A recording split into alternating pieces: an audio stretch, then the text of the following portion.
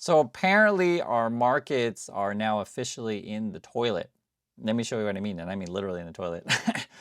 Japan's largest toilet maker is undervalued AI play, says activist investors. So now I guess we're talking about guys. The secret sauce right now is invest in toilet making companies, right? Because they got ceramics. Ceramics can make semiconductors. We're all raging over AI, and wow, that's the undervalued play, the toilet.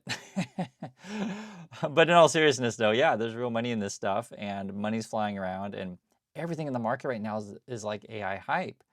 For example, I hadn't even heard of this one. This is Manus AI. It's an AI agent thing, and apparently they're now part of Zuckerberg's Meta empire. It says here, Manus is now part of Meta. I think that happened like just a couple months ago. Introducing Manus in your chat, your personal agent everywhere you are, your personal agent in your chats.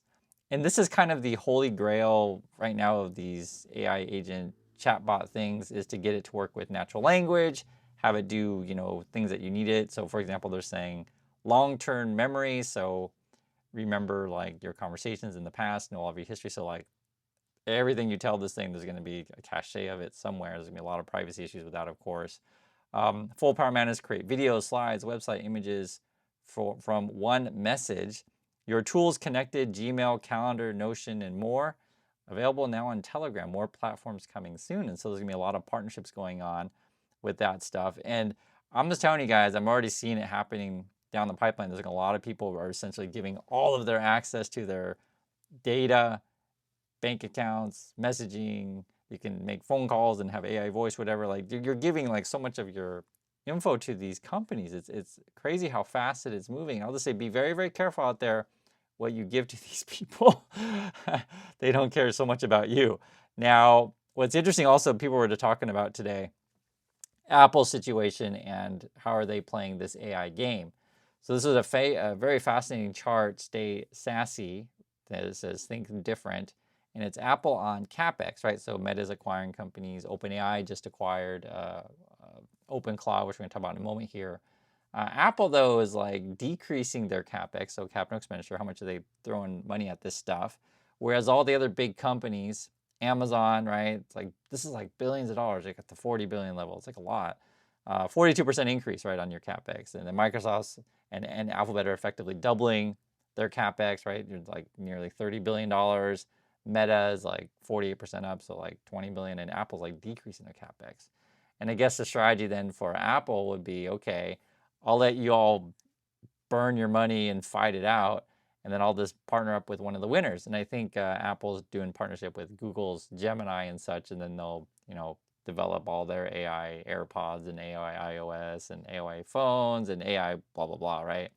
And whether or not people are all like asking for these AI agents, it remains to be seen. I think for many people, like for example, I have Siri. It's not that great. Let's be frank with you. If it got a lot better, yeah, I think it certainly could have some uses. But then, do I want necessarily Siri to do things in the background, like without me? Like let's say an email comes in and I'm, at lunch or I'm doing something and it's like, let Siri just answer for me, respond to emails, or, just think about how crazy that stuff is, like to automate like fully response to an email, a message, or an order or anything that you got. Like I think there's gonna be people gonna be like doing that crap. And then you got this, and this is like all today in the markets. It's like so much AI stuff. Wartsila CEO wants to power more U.S. data centers in AI-led boom. And effectively like, okay, since we have all these, I guess apparently everyone wants all of these agents, and we're going to push out people from jobs. But some people are going to have jobs building data centers, at least for the time being, to train the replacements. And then you need power to do these things. And so then the whole article is about that.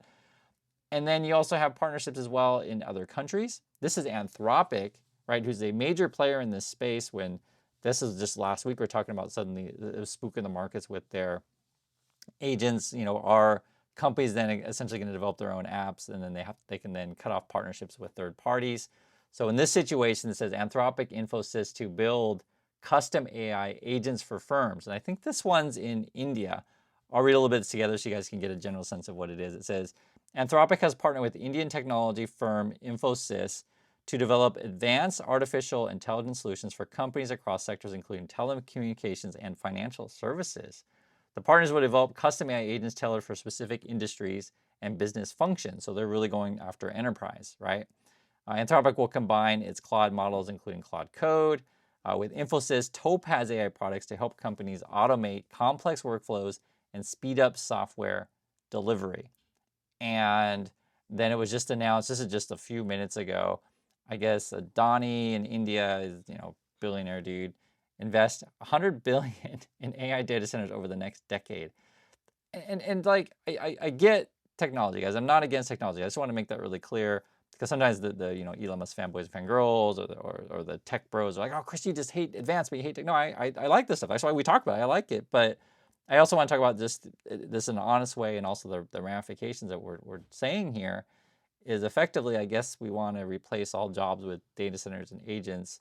At the moment, the companies who are selling you these things, the consumer products, so your advanced coder AI engineers aren't buying this thing right now. This is more geared to the layman. They're throwing real money at this stuff.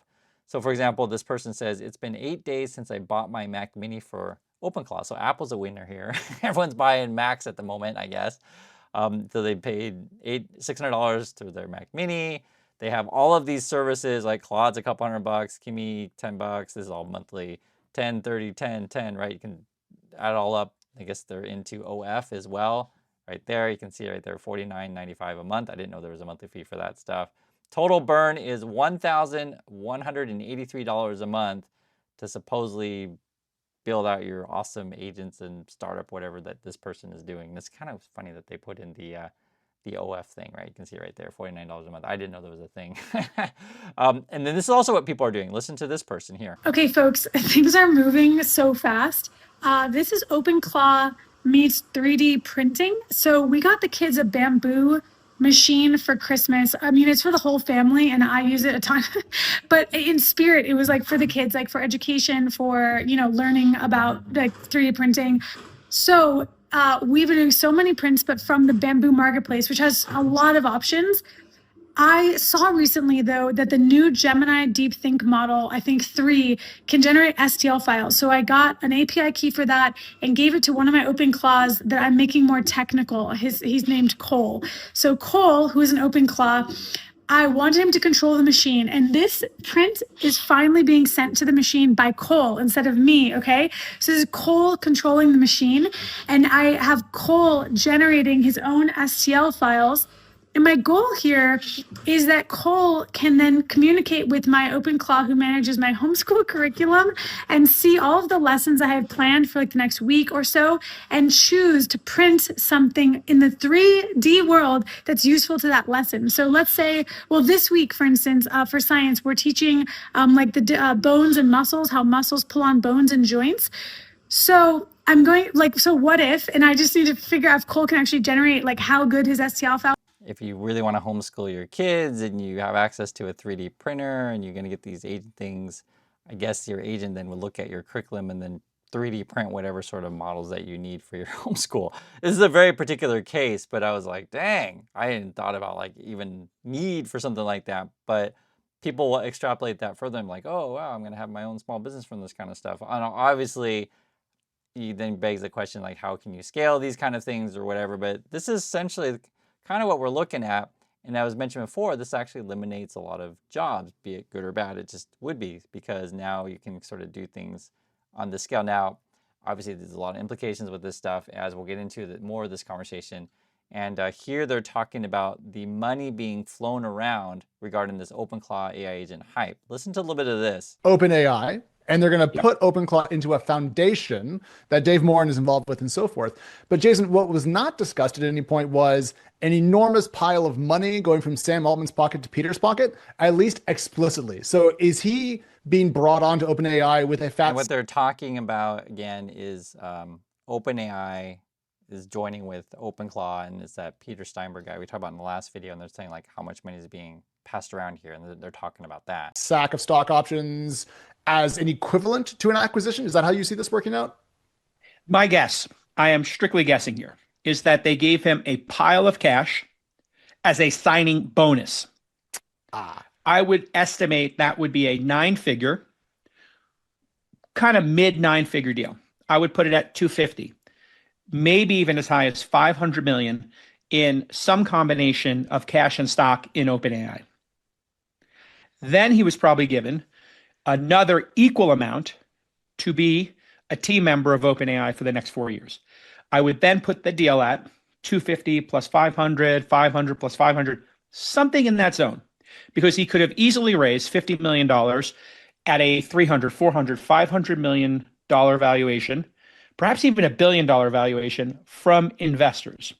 So what OpenAI had to beat was 100. And what you'll notice with a lot of these conversations, and it just really popped out to me entirely, is like, for many of these people, they're not really interested in, the stuff that we talk about on the channel. They don't care about ethics, or are really that excited about technology in the sense of sake for technology or research for the sake of research. It's all about dollar signs for a lot of these kind of people. And it's frustrating to see this stuff. I get it. I'm not stupid though. I get how the world works. I understand that's, what people want to talk about. But I just want you to always, be aware not everyone is necessarily only thinking in terms of dollar signs, but that's sort of what it's at. And yeah, it's a lot of money flying around. Now, no one knows exactly what deal OpenAI gave to Peter Steinberg. Who knows? Like, he could just be hyping stuff up, saying, "Oh God, everything's worth so much money," right? Who knows this stuff? It could just be stock options only. One thing I will say though, many people have been mentioning in our community, and again, I love our community. We got the best community on the internet for reals.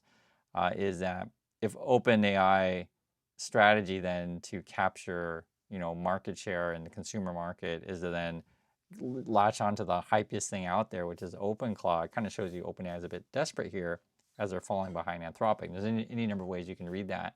As I've told you guys before, like Elon Musk apparently is having the government then attack the main competitor, which is Anthropic also, which is kind of nuts. And then Anthropic then is like, hey, fine, I'm just going to do partnerships abroad. 100 million from Sequoia, Andreessen, GC, any number of firms would have given him 100 million plus maybe bought 100 million of his shares at a, let's call it $1 billion post, a $2 billion post, because this is such a phenomenon.